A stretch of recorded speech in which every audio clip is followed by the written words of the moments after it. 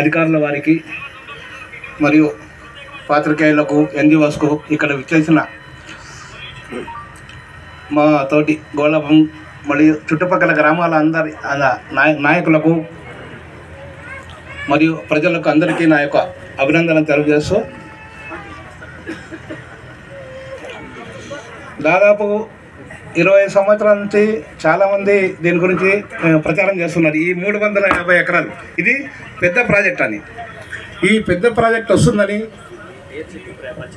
నా పేరు దేవరాజు, గోళాపం గ్రామ పంచాయతీ సర్పంచ్.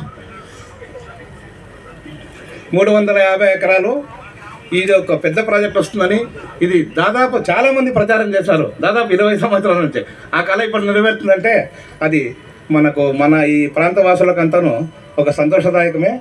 ఎందుకంటే ఇంతవరకు అభివృద్ధికి సరిగ్గా నోచుకోలేని గ్రామాలు చాలా ఉన్నాయి మన చుట్టుపక్కల గ్రామాలన్నీ.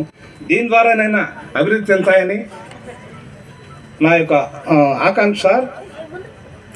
మరి ప్రజాభిప్రాయ సేకరణ అనేది ఈ మొదటగా పెడుతున్నారు సార్. ఇది నా అభిప్రాయం.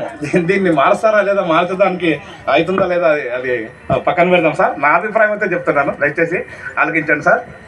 ప్రజాభిప్రాయ సేకరణ అనేది అనుమతులు ఇచ్చే ముందు మనం ప్రజాభిప్రాయ సేకరణ చేస్తున్నాము. అది తప్పక కావచ్చు. తర్వాత కూడా 2 సంవత్సరాలు 3 సంవత్సరాల తర్వాత ఈ